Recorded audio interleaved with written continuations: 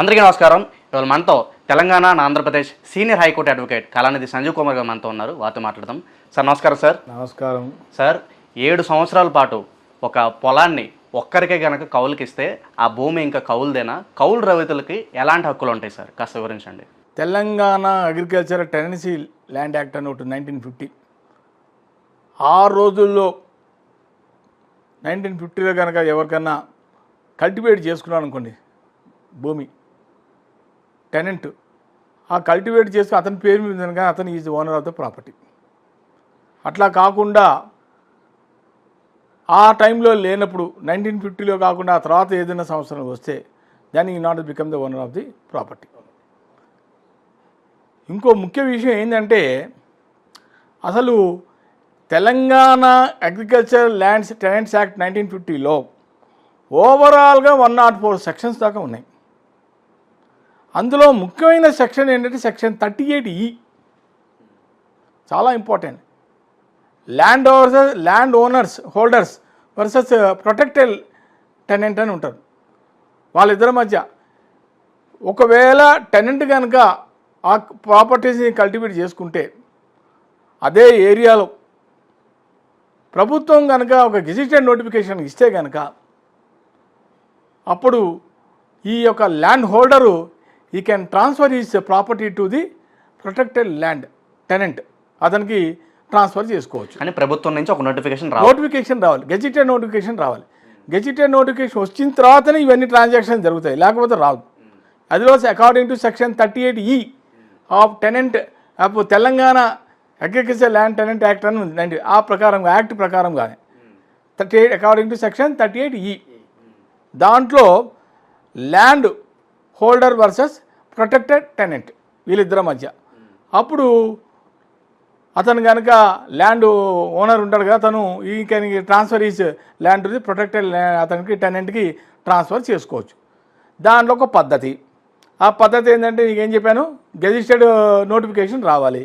Gazetted notification వచ్చిన తర్వాత అతను ఒక అప్లికేషన్ ఫిల్ చేసుకొని ఫిల్ చేసుకున్న తర్వాత ఆ తర్వాత నామ్స్ మామూలుగా ఫీజు ఉంటుంది, ఫీజు కట్టేసిన తర్వాత ఇది అంతా కూడా ట్రిబ్యునల్ వాళ్ళ దగ్గరికి వెళ్ళిన తర్వాత దాన్ని సర్టిఫై చేస్తారు.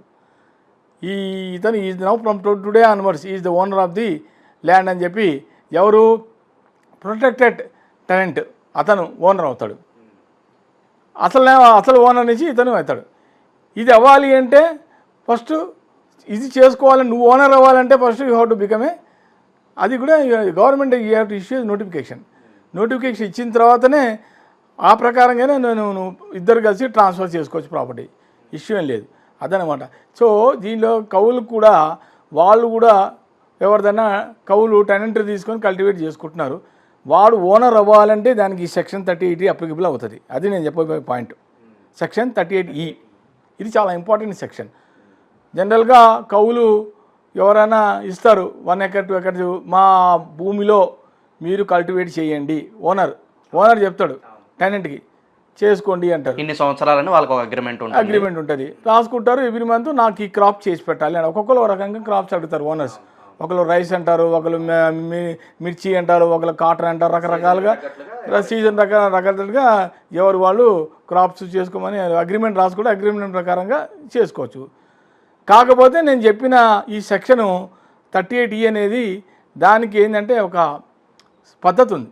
ఆ పద్ధతి ఏంటంటే గెజిటెడ్ గవర్నమెంట్ నుంచి ఒక గెజిటెడ్ రావాలి. గెజిటెడ్ వస్తేనే అతనికి ట్రాన్స్ఫర్ అవుతుంది ప్రాపర్టీ. ఎవరికి? కౌలుకి, టెనెంట్కి, ల్యాండ్ ఓనర్ నుంచి. ఇది పద్ధతి. సో ఎవరైనా సరే కౌలు భూమిని పండించుకోవాలంటే టెనెంట్ అతను ల్యాండ్ ఓనర్ నుంచి టెనెంట్ పండించుకోవాలంటే ఈ పద్ధతులు ఉంటాయి, అగ్రిమెంట్లు చేసుకోవాలి. ఆ తర్వాత వాళ్ళు కూడా ఓనర్ అయ్యే ఆస్కారాలు ఉంటాయి కానీ దానికి ఇది అప్లికబుల్ సెక్షన్ 38E ఇది ఉండాలి.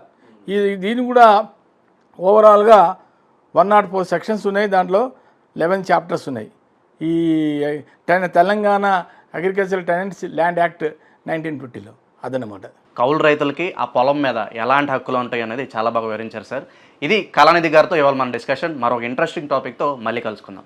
నా వీడియో కనుక నచ్చితే కనుక లైక్ చేయండి, షేర్ చేయండి, సబ్స్క్రైబ్ చేయండి. Like, share, subscribe.